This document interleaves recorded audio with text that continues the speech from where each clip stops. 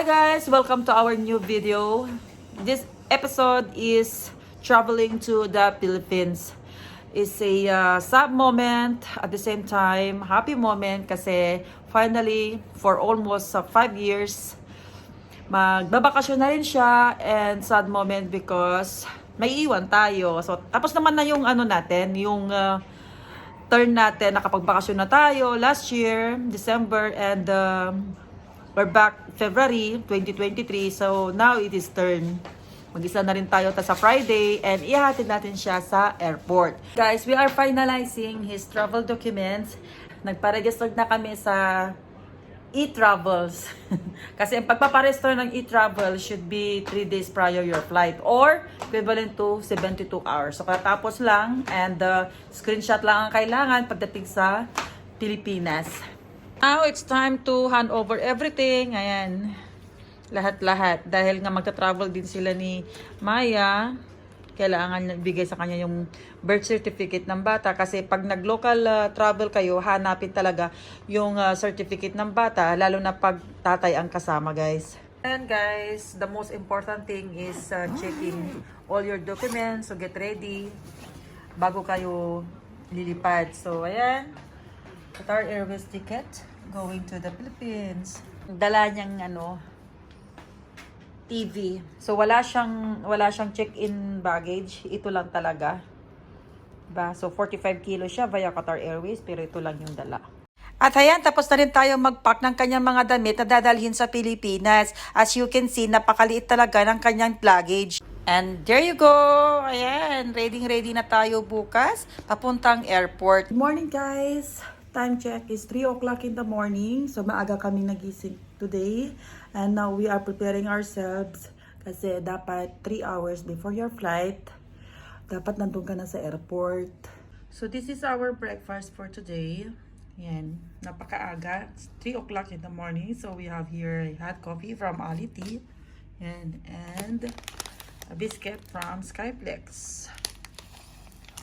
Yan, laman ng tiyan bago tayo lumarga punta ng airport. And this is the moment. Ayan, dumating na ang kanyang mga kaibigan o katrabaho na siya maghahatid sa amin papuntang airport.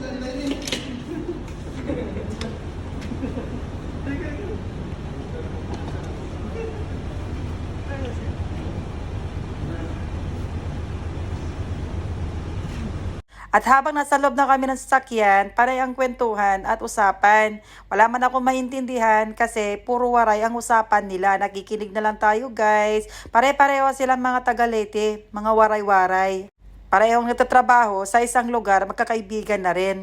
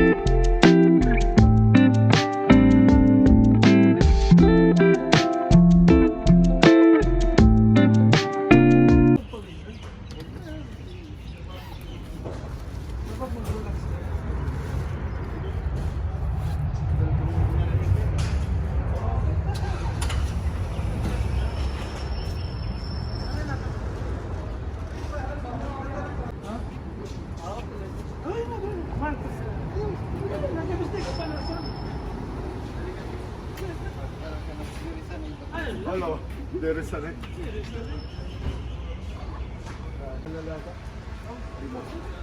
naka-reserve it doon, actually, pito pa, naka-reserve it.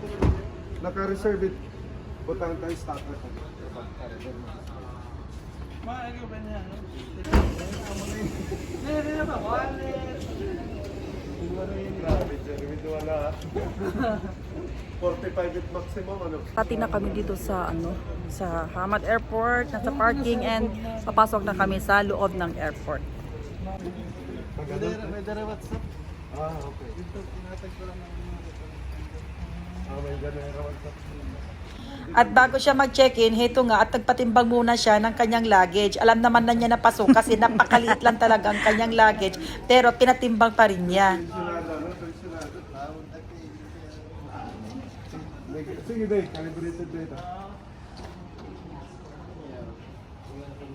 13.8 lada, Day.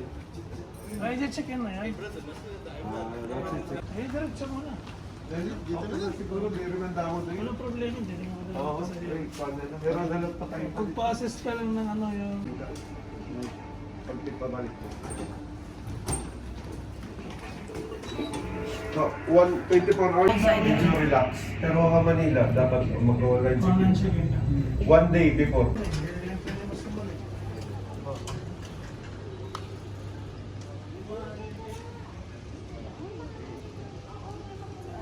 So, ayan guys, nakapasok na siya sa loob. So, uuwi na rin kami.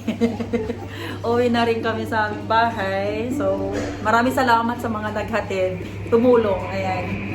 Yan. Mga taga-waray din yan, katulad ni Jeremy. So, ayan guys. Please pay here daw. Kailangan namin magbayad ng parking.